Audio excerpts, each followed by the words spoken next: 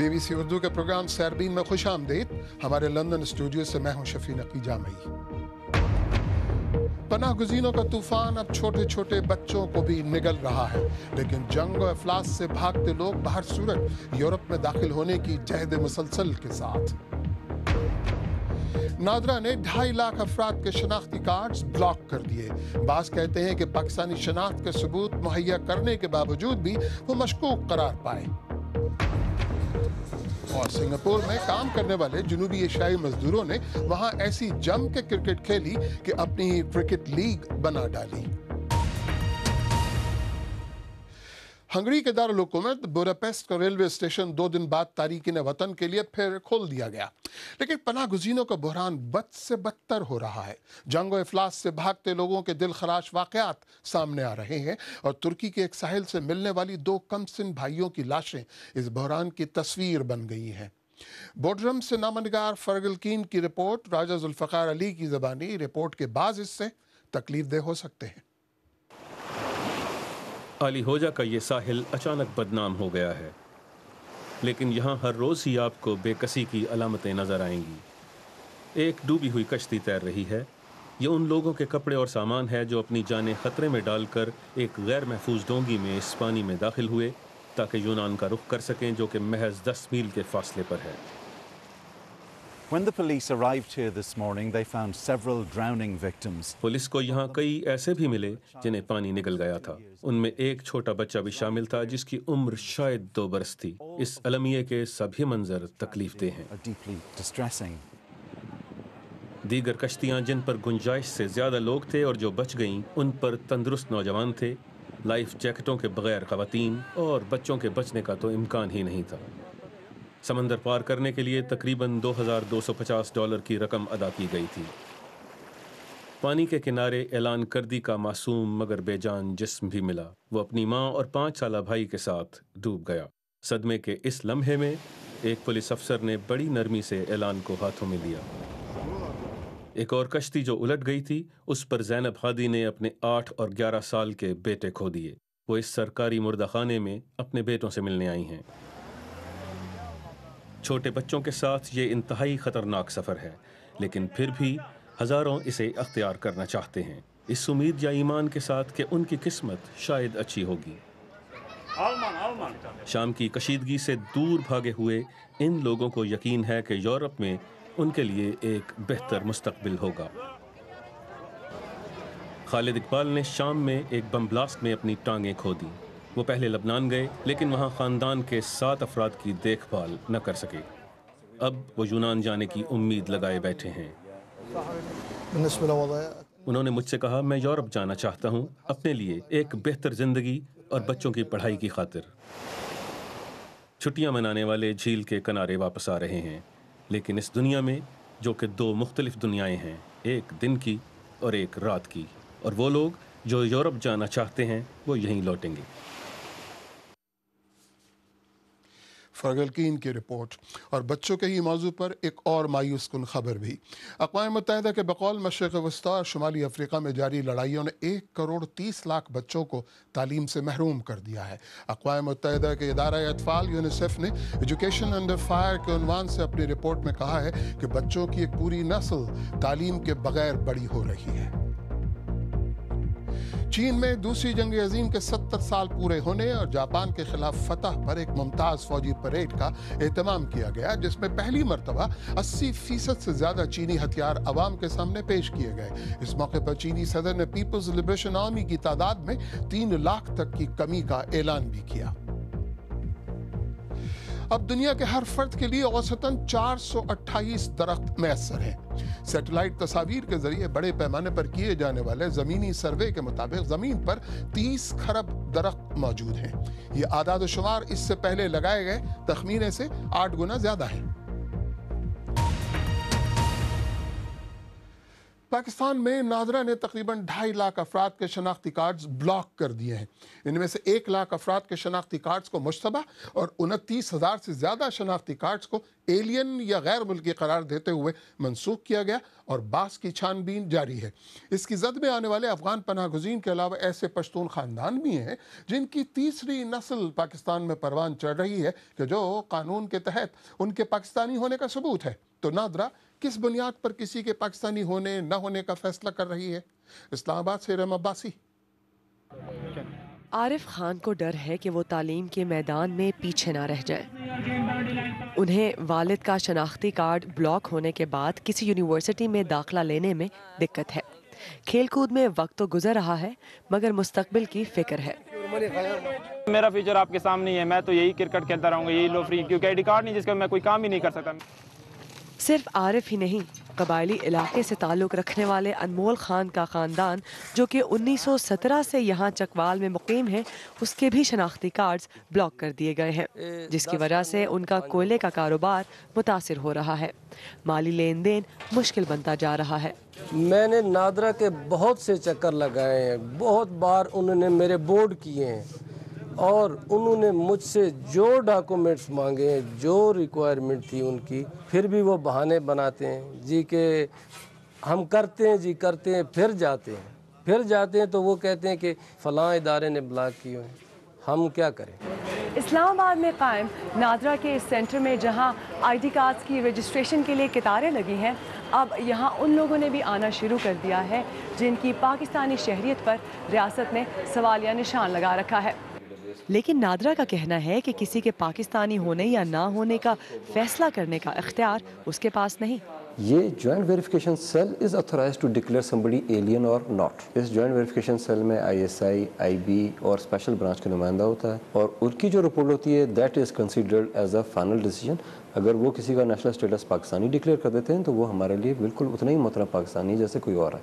लेकिन अगर ये एजेंसी नॉट नेशनल डिक्लेयर कर देती है तो फिर उसके बाद उसकी जो एप्लीकेशन है दैट गेट्स परमानेंटली रिजेक्टेड। ये हमारे बाप का डोमिसाइल है, हिंदुस्तान पाकिस्तान नहीं बना उस वक्त हमारे बाप ने बनवाया, ये पाकिस्तान का पहला सबूत यह है। सिक्योरिटी इदारों की जानिब से मशकूक करार देने वाले बेशतर अफराद ने अपने पाकिस्तानी ना होने के दर्जे को अदालत में चैलेंज कर दिया है। बाज़ माहिरीन के बकौल अगर इस मरहले में शफाफियत ना बरती गई तो ये मुतनाज़ा बनता जाएगा। Iram Abbasi, BBC news, Islamabad.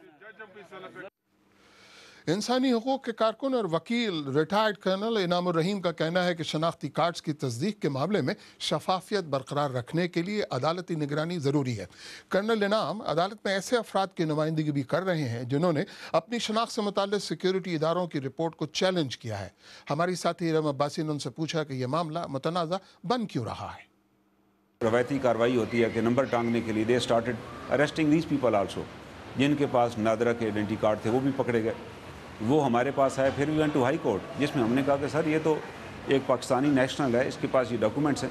तो हाई कोर्ट ने फिर वो डॉक्यूमेंट्स वेरीफाई के लिए नादरा को भेजे। नादरा ने फिर ट्राइबल बेल्ट में भिजवाया और फिर वहाँ से पॉलिटिकल एजेंट ने वेरीफाई किया कि यस इस बंदे का ख़ानदान इधर ही रहता है और ये पाकिस्तानी है और ये इनका एरिया, और वो इस तरह सेटिस्फाई हो गए। कर्नल साहब, खुफिया एजेंसीज को ये इख्तियारात दिए गए हैं कि वो इस हवाले से छानबीन करें, तो इस निज़ाम की शफाफियत को कैसे मुमकिन बनाया जा सकता है? दरअसल देखें ना, वो भी अगर रिपोर्ट बनाकर भेजेंगे हमारी एजेंसीज भी, तो वो रिपोर्ट भी कोर्ट में पेश की जाएगी और जब कोर्ट में आएगी तो अगर वो फेक हुई तो इट विल बी चैलेंज। लेकिन हम ये इसमें यही ज़रूरत है कि चीफ जस्टिस ऑफ पाकिस्तान से कि वो कोर्ट्स को भी डायरेक्ट करें कि इसके अंदर रवायती कार्रवाई न की जाए। जैसे ही ये केट ऐसा रिपोर्ट हो तो स्पीडीली इसका डिस्पोजल किया जाए ताकि लोग एगोनमी न रहें कि किसी शख्स को आप पकड़ के निकाल दें कि वो पाकिस्तानी है ही नहीं और बाहर हवाले कर दें किसी और मुल्क के। हम ये चाहेंगे भी सही आला अदलिया से कि वो पूरा निज़ाम जो वज़ा किया जाए और इन केसेस को प्रायोरिटी दी जाए। क्या मुल्क के खुफिया इदारे किसी को पाकिस्तानी या नॉन पाकिस्तानी डिक्लेयर कर सकते हैं? हाँ, ये नहीं, ये उनके पास कोई इख्तियार नहीं है, ये इख्तियार अल्टीमेटली अदालत के पास ही है। यानी ये जो 2.5 लाख के करीब आईडी कार्ड्स जिनको सस्पेंड किया गया है, उनके पास अदालत जाने के अलावा और कोई चारा नहीं? उनके पास और कोई चाराकार नहीं, अदालत में ही जाएंगे। तो जिन केसेस में ये साबित हुआ है, जैसा कि आप बता रहे हैं कि गलत शक किया गया किसी शहरी पे, तो जिन्होंने शक किया क्या उनके लिए कोई सज़ा है? हम समझते हैं अगर ये साबित हो जाए कि उन लोगों ने जानबूझकर उनने जानबूझकर उसको एट इन्वेस्टिगेशन स्टेज ही उनकी इस प्ली को कबूल नहीं किया, या उनकी जो वो गवाही लाना चाहते थे या अपने हक़ में जो सबूत फराहम उन्होंने की उसको एक्सेप्ट नहीं किया और बदनीति की बुनियाद पर कार्रवाई की और ये साबित हो गया कि उनके साथ ज़्यादती हुई। हम समझते हैं कि उनके लिए भी कानून साजी की जाए। और हमारी वेबसाइट bbcurdu.com पर जिन खबरों में ज़्यादा दिलचस्पी रही उनमें पनाह गुज़ीनों से मुताल्लिक़ ये खबर कि शामी पनाह गुज़ीन खलीजी रियासतों का रुख क्यों नहीं कर रहे, और ऑस्ट्रेलवी मेंढे की हजामत के बारे में छपी खबर में क़ारीन की खासी दिलचस्पी रही। BBC उर्दू के प्रोग्राम सरबीन में आगे चलकर देखिएगा, पाकिस्तानी अदालत ने भारतीय लड़की गीता के बारे में भारतीय शहरी मोमिन मलिक की दरख्वास्त मुस्तरद कर दी है। ये दरख्वास्त थी क्या, देखिएगा उनके साथ एक इंटरव्यू में। और सिंगापुर में बांग्लादेशी और इंडियन मजदूरों ने क्रिकेट का कैसा रंग जमाया है।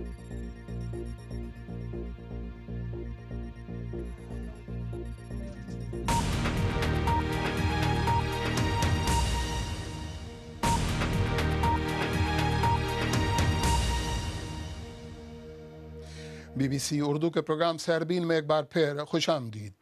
कराची की मकामी अदालत ने ईदी सेंटर में मुकीम भारतीय लड़की गीता के बारे में भारतीय शहरी मोमिन मलिक की दरख्वास्त मुस्तरद कर दी है, ये कहते हुए कि यह मामला दोनों मुल्कों की सिफारती सतह पर निपटाया जाए क्योंकि अदालत को सिफारती मामलात में मुदाखलत का इख्तियार नहीं। भारतीय शहरी मोमिन मलिक ने अपनी दरख्वास्त में गीता के खून के टेस्ट की इजाज़त भी मांगी थी। हमारे साथी रियाज सुहेल ने उनसे बात की। उसमें मैंने फिर यही पली ली है कि देखिए साहब, वहाँ 5 फैमिली इस तरह जो है ना वहाँ पर क्लेम कर रही हैं और मैं मिलने आया था, मुझे मिलने नहीं दिया और 15 साल का अरसा हो गया है। तो ऐसे हालात में मैं चाहता हूँ कि ये मेरे को मिलवाया और इसके जो ब्लड सैंपल्स हैं वो ब्लड सैंपल्स मैं चाहता हूँ कि यहीं के किसी लैब में उसके ब्लड सैंपल दिलवा दे और वो यहाँ की लैब जो है वो रिपोर्ट दे दे। वो रिपोर्ट लिहाजा मैं लेके चला जाऊँ इंडिया। जो एक फैमिली है अमृतसर की, वो डीफ एंड डम फैमिली है, ना वो सुन सकती है ना वो बोल सकती है। ये दूसरी जो 4 फैमिली, एक झारखंड की फैमिली है, एक उत्तर प्रदेश की फैमिली है, वो गरीब हालात के लोग हैं, झोपड़ी में रहने वाले लोग हैं। तो उनसे ये मिलान करके पॉसिबल हो जाता कि हाँ भाई इसकी है कि नहीं। इंडियन हाई कमिश्नर और इंडियन गवर्नमेंट क्या करती रही है? मैं इंडियन गवर्नमेंट की बात नहीं कर रहा हूँ, मैं कहता हूँ एक ऑफिसर है जिसको हमने इंडियन गवर्नमेंट ने ये एक जिम्मेदारी दी है कि भाई आप यहाँ पर आपको यहाँ का एम्बेसडर या आपको यहाँ का जिम्मेदार बना के भेज दिया जाता है। अब ये तो उसकी जिम्मेदारी है ना कि वो अपनी जिम्मेदारी को निभाए। ये देखने की बात है कि 15 साल का अरसा, वो बच्ची 10 साल की आई, 15 साल आपने निकाल लिए, वो 25 साल की हो गई और आप 15 साल उस प्रोसेस में और निकाल देंगे, वो 45 साल की हो जाएगी। हर लाइफ विल बी स्पॉइल। नहीं, जो ईदी फाउंडेशन है, अब्दुल सत्तार ईदी साहब हैं या बिल्किस ईदी साहिबा हैं, तो उनको आप पर एतबार नहीं है क्या? वो एतबार क्यों मुलाकात नहीं करा रहे हैं? एतबार क्या, किस चीज़ का एतबार चाहिए? आप मेरा पासपोर्ट रखिए और मैंने ये नहीं कहा कि मुझे अकेले में मिलवा दो। मैं कहता हूँ बहन आप भी बैठिए, आप सब लोग बैठिए, बेशक पुलिस को बुला लिए बीच में, मुझे क्या प्रॉब्लम है? जो ईदी साहब का उससे रिश्ता है वही मेरा रिश्ता है, वही हर पाकिस्तानी का उस बच्ची से रिश्ता है, वही हर हिंदुस्तानी का उस बच्ची से रिश्ता है। हर जब तक उसके माँ बाप ने मिल जाए, जो भी उसकी हेल्प करना चाहे मोस्ट वेलकम, हर आदमी उसकी हेल्प कर सकता है। ये शर्त नहीं है कि कोई कौन उससे मिलेगा कोई नहीं मिलेगा। कौन ये कैसे किया जा सकता है कि भाई आप इससे मिलोगे इससे नहीं मिलोगे? जब तक उस बच्ची के माँ बाप उसको ना मिल जाए तो वो किसी की प्रॉपर्टी नहीं है वो बच्ची। तो ये जो क्लेम कर रहे हैं कि उनके पेरेंट्स हैं गीता के, उनमें से किसी से बात हुई, आपकी मुलाकात हुई है? जी नहीं, उनसे मेरे से किसी से कोई बात नहीं हुई क्योंकि वो बहुत दूर दूर फैमिली के लोग रहते हैं। अगर मैं उनसे बात करूं, किस बिना पर मैं उनसे बात करूं? और जो मेरा वीजा का पीरियड है वो शॉर्ट पीरियड है और मुझे आना भी था क्योंकि समझौता एक्सप्रेस में जो एक बच्चा आपके कराची का पूरा उसका मुंह जल गया था, दोनों हाथ कट गए थे, उसकी माँ मर चुकी है, बाप और भाई उसी के अंदर मर गया था, जिसको मैं 2013 में यहाँ से पासपोर्ट बनवा के इंडिया लेके गया, उसका मैंने केस लगाया, वो केस भी मैं जीत के आया हूँ। तो जब उस काम के लिए मैं आ रहा हूँ, अगर एक मेरी मिलने की भी इच्छा हुई तो उसमें गलत क्या है? भाई मैं तो लेके जाऊंगा नहीं। अगर सरकार तुम्हारी या कोर्ट भी ये कहे कि इस बच्ची को तुम अपने साथ ले जाओ तो मैं लेके नहीं जाऊंगा। भारतीय वकील मोमिन मलिक। सिंगापुर लाखों गैर मुल्की मजदूरों का मस्कन है। ये मजदूर दिन भर काम करके हर माह $1000 से भी कम रकम कमा पाते हैं और इसमें से ज़्यादातर घर भेज देते हैं। इनमें से बेशतर का ताल्लुक भारत और बांग्लादेश से है कि जहाँ के अवाम क्रिकेट के दीवाने हैं। ये मजदूर छुट्टी के दिन जम के क्रिकेट खेलते हैं और ऐसी कि अपनी क्रिकेट लीग तक बना डाली। BBC ने ऐसी ही एक टीम के कप्तान पेपन चंद्रदास से बात की जो बांग्लादेशी मजदूर हैं। कंस्ट्रक्शन वर्कर 4 वर्ष। मैं एक मजदूर हूँ और 4 साल से इस मुल्क में हूँ। इस हफ्ते ओवरटाइम के साथ मैंने 5 दिन सुबह 8 बजे से रात 10 बजे तक काम किया। ये काम बहुत मुश्किल और थका देने वाला होता है, लेकिन दीगर तारकीन वतन मजदूरों की तरह मैं भी वही करता हूँ जो करने आया हूँ। क्रिकेट ही मेरी जिंदगी है और मैं क्रिकेट का दीवाना हूँ और हर लम्हे इसी बारे में सोचता हूँ।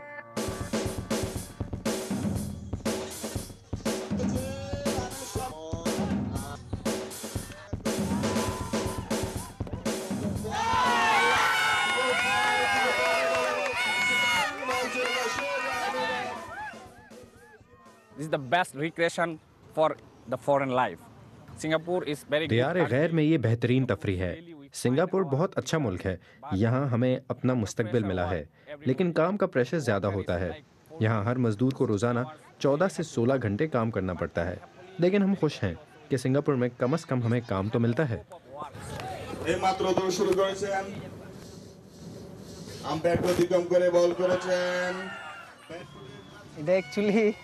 दरअसल मैं अपने घर वालों की बेहतरी के लिए ज़्यादा से ज़्यादा काम करता हूँ, लेकिन मुझे अपने लिए भी कुछ वक्त और खुशी चाहिए, और ये खुशी मुझे इतवार के रोज़ क्रिकेट खेलने से मिलती है। क्रिकेट खेलने से मैं अपने तमाम दुख दर्द भूल जाता हूँ, इसलिए होश में रहने के लिए मेरे लिए क्रिकेट खेलना बहुत ज़रूरी है। मेरे ख्याल में ये फॉर्मेट काफ़ी एक्साइटिंग और मज़ेदार है। जिस तरह से इसमें रन बनते हैं वो अपने आप में एक मिसाल है। हर टीम 8 ओवर खेलती है और कोई भी बॉलर 2 ओवर से ज़्यादा नहीं कर सकता। ये क्रिकेट टेनिस बॉल से खेली जाती है तो खिलाड़ियों को चोट लगने का खतरा भी नहीं, क्योंकि इनमें ज़्यादातर लोग वर्क परमिट पर हैं और हो सकता है कि इस तरह की चोट उनकी इंश्योरेंस में कवर ना होती हो।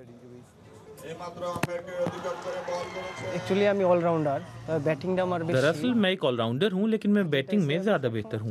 मैं टीम का कप्तान हूँ, इसलिए मुझे एक मिसाल पेश करनी होगी। मैं प्रेशर नहीं ले पाता और बहुत ज़्यादा नर्वस हो जाता हूँ। परफॉर्म नहीं करता तो पूरी टीम मुतासिर होती है। अगर मैं क्रिकेट नहीं खेलता तो सुबह देर से उठता हूँ और पूरे दिन आराम करता हूँ, लेकिन मैं क्रिकेट खेलने को तरजीह देता हूँ और हर इतवार को क्रिकेट खेलना चाहता हूँ। अगर आप चाहें तो मुझसे और हमारी टीम के दीगर साथियों से ट्विटर पर भी राब्ता कर सकते हैं। मेरा ट्विटर हैंडल है @शफी_नकी_जामई। इसके साथ ही सरबीन इख्तिताम को पहुंचा। मुझे पूरी टीम समेत इजाज़त दीजिए। खुदा हाफिज़।